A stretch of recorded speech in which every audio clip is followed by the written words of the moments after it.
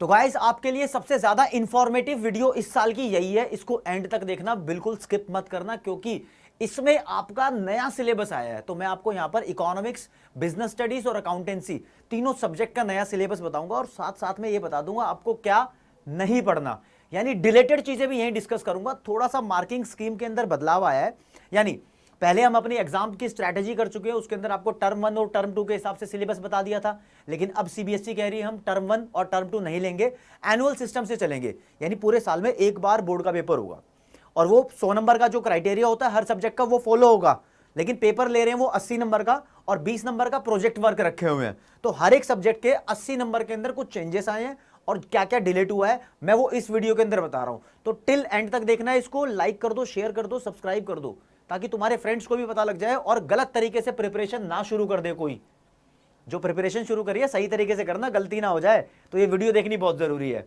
तो दोस्तों मैं आपका भाई दोस्त एजुकेटर ऑफ इकोनॉमिक्स स्टार्ट करता हूं इसको इकोनॉमिक्स के सिलेबस से। तो आपको पता है कि इकोनॉमिक्स के सिलेबस के अंदर दो ब्रांचेस हैं अपनी 12th क्लास के। 12th क्लास के लिए सिर्फ ये एक मैक्रो इकोनॉमिक्स है और दूसरी इंडियन इकोनॉमिक डेवलपमेंट है। मैक्रो इकोनॉमिक्स के अंदर 5 यूनिट हैं, पहले वाली नेशनल इनकम, दूसरे वाली मनी बैंकिंग, तीसरे वाली डिटर्मिनेशन, चौथे वाली गवर्नमेंट बजट और पांचवे वाली है BOP and foreign exchange, balance of payment इसको बोलते हैं। तो दोस्तों पहले भी ये 10 नंबर की आ रही थी, मनी एंड बैंकिंग 6 नंबर की आएगी, इनकम एंड एम्प्लॉयमेंट 12 नंबर की आएगी, गवर्नमेंट बजट 6 नंबर का आएगा, बैलेंस ऑफ पेमेंट 6 नंबर का आएगा। ठीक है, ये जैसा पहले था वैसा ही यहां पर है। टोटल मिला के मैक्रो इकोनॉमिक्स 40 नंबर की आ रही है। अच्छा बीच में एक बात और बताऊं, इससे पहले 2022-23 का जो आपका ट्रायम्फ बैच है, इस सेशन से पहले जो पहले 30% सिलेबस हर एक सब्जेक्ट से डिलीट कर दिया था, अब वो डिलीटेड नहीं है, वापस आ गया।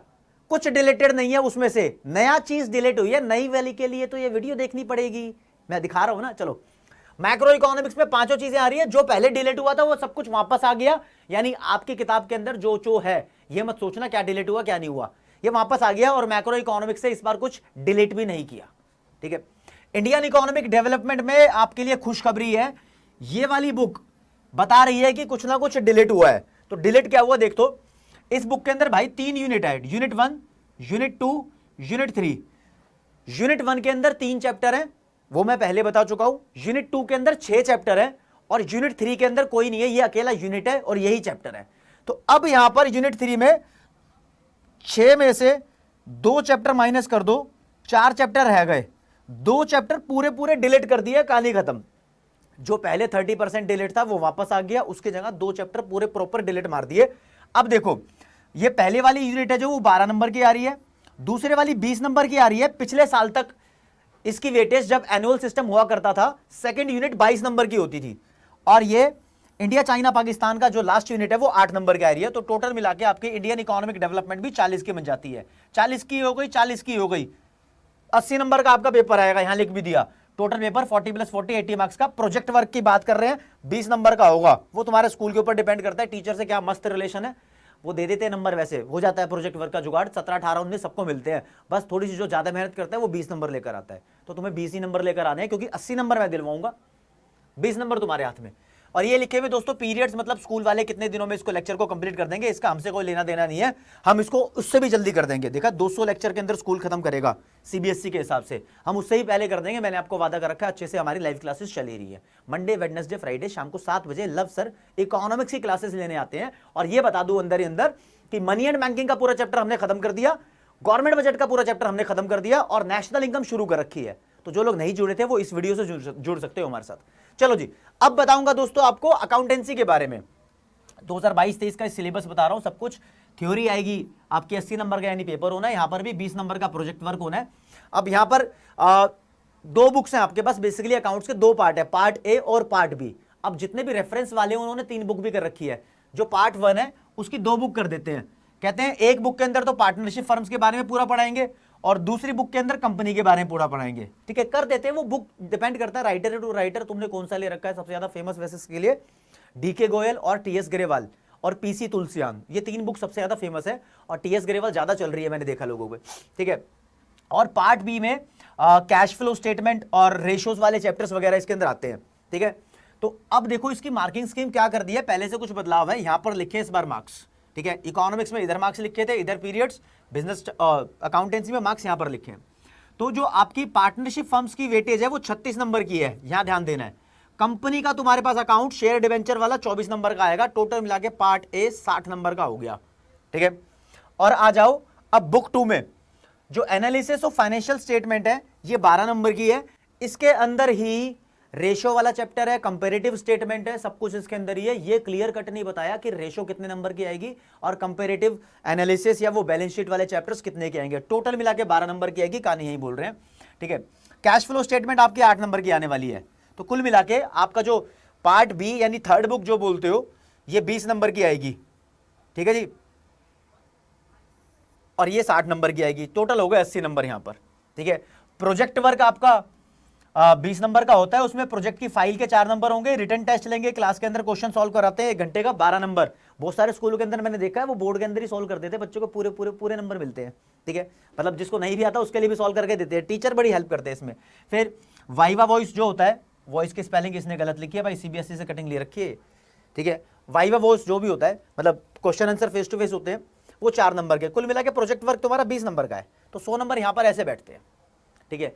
डिलीट क्या हुआ यहां पर, मजेदार मोटा भारी NPO not for profit organisation का चैप्टर पूरा डिलीट हो गया। अपनी किताब में खोल के देख लेना, कहानी मजेदार हो गई है। आओ जी आओ बिजनेस स्टडीज पे आओ। बिजनेस स्टडीज का सिलेबस फिर वही, पेपर 80 नंबर का होगा, 20 नंबर का प्रोजेक्ट होगा। एनसीईआरटी में खोल के देख लेना, 13 चैप्टर मिलेंगे, 2 बुक होती है। पहली बुक के अंदर 8 चैप्टर हैं, 8 के 8 आ रहे हैं। दूसरी बुक के अंदर 5 चैप्टर है, 13 वाला चैप्टर जो वो एंटरप्रेन्योरशिप है। अब ये चैप्टर पहले कभी भी नहीं आता था, तो अब भी नहीं आ रहा, तो डिलीट वाला सांग तो यहाँ रखेंगे नहीं। यहाँ अभी मोटी इंफॉर्मेशन ये है कि जो पिछले साल तक 30% सिलेबस रिड्यूस हो गया था वो वापस आ गया बिजनेस स्टडीज में, ठीक है। सारे चैप्टर दोबारा आ रहे हैं, पूरी मौज भार के साथ आ रहे हैं। और सबकी मार्किंग स्कीम जरा आप देख लो, स्टार्टिंग के जो 3 चैप्टर है बिजनेस स्टडीज के, ये 16 नंबर के आएंगे, और फिर जो प्लानिंग और ऑर्गेनाइजिंग 2 चैप्टर है, ये दोनों मिला के 14 मार्क्स के आएंगे। ये नहीं पता कि प्लानिंग कितने का आएगा, ये नहीं पता ऑर्गेनाइजिंग कितने आएगा, दोनों मिक्स होकर 14 नंबर के बन रहे हैं, ठीक है। कहीं से कितना भी स्टफ उठा सकते हैं। और ये 6, 7, 8वां जो चैप्टर है स्टाफिंग, डायरेक्टिंग और कंट्रोलिंग, 20 नंबर के आ रहे हैं, ठीक है। कोई एक पर्टिकुलर चैप्टर की अलग से वेटेज नहीं है, यहां पर चैप्टर को मिक्स कर करके वेटेज दी गई है, ठीक है। आ जाओ जी, जो दूसरी बुक है हरे रंग की एनसीईआरटी, ठीक है, उसमें स्टार्टिंग के 2 चैप्टर को मिलाकर बोला है, ये 15 नंबर के आएंगे। और जो बाद के 2 चैप्टर है मार्केटिंग और कंज्यूमर प्रोडक्शन, ये 15 नंबर के आएंगे। यहां पर कंज्यूमर प्रोडक्शन का चैप्टर थोड़ा अपडेट हुआ है, क्योंकि यहां पर कंज्यूमर प्रोडक्शन एक्ट 1986 का फॉलो होता था, अब वो कंज्यूमर प्रोडक्शन एक्ट 2019 का फॉलो होगा, ठीक है जी। एक खतरनाक बात बिजनेस स्टडीज के बारे में जो आपको डाइजेस्ट होने में बड़ा समय लग सकता है, यार बिजनेस स्टडीज में कुछ भी डिलेटेड नहीं है, इन्होंने कहीं डिलीट ही नहीं किया। मैंने पढ़ लिया पूरा सिलेबस, कुछ भी डिलीटेड नहीं है, तो यहां तो ये पूरा पढ़ना पड़ेगा, यहां धोखा सा हो गया। बाकी कुछ में बीच बीच में कुछ छोटे छोटे टॉपिक्स हो सकते हैं, जैसे कि किसी किसी चीज़ की फीचर्स नहीं है, वो उसके हिसाब से बताई जाएंगी। लेकिन हाल फिलहाल अभी दिखाई दे रहा है कि कुछ भी डिलीटेड नहीं हुआ यहाँ पर। तो मोटे मोटे तौर पर आपको बता देता हूँ इकोनॉमिक्स में क्या डिलीट हुआ है। इकोनॉमिक्स में हमारे पास पॉवर्टी का चैप्टर और इंफ्रास्ट्रक्चर का चैप्टर पूरा डिलीट हो गया। ये इंडियन इकोनॉमिक डेवलपमेंट में यूनिट 2 का हिस्सा होता है। Current challenges facing Indian economy, IED की किताब में 6 चैप्टर है, उसमें पॉवर्टी भी गया और इंफ्रास्ट्रक्चर भी गया। अपनी किताब में चैप्टर खोल के देख लेना, मतलब 12वीं क्लास के अंदर आपको ये पढ़ने ही नहीं है। बात रही आपके कॉलेज में एडमिशन लेने की 12वीं के बाद, CUET, उसके अंदर जो आपको इकोनॉमिक्स पढ़नी पड़ेगी वो पेपर के बाद पढ़ लेना, वो मैक्रो इकोनॉमिक्स और माइक्रो इकोनॉमिक्स पढ़नी पड़ेगी CUET के लिए। तो दोस्तों अकाउंट्स पे आ जाओ। अकाउंटेंसी के अंदर नॉट फॉर प्रॉफिट या नॉन प्रॉफिट ऑर्गेनाइजेशन के जो अकाउंट्स बनाते थे वो कहानी पूरी की पूरी डिलीट हो गई है। बिजनेस स्टडीज के अंदर उल्लू बना दिया है, कुछ भी डिलीट नहीं है। तीनों सब्जेक्ट की प्रिपरेशन के लिए आपको हम पढ़ाएंगे, हम तुम्हारा साथ देंगे, पूरे नंबर के लिए पढ़ेंगे यहाँ पर। इस वीडियो को अपने दोस्तों फ्रेंड्स वगैरह से शेयर कर दो यार, मजा आ जाना चाहिए, मतलब ये इंफॉर्मेशन सब तक पहुंच जानी चाहिए जल्दी से जल्दी।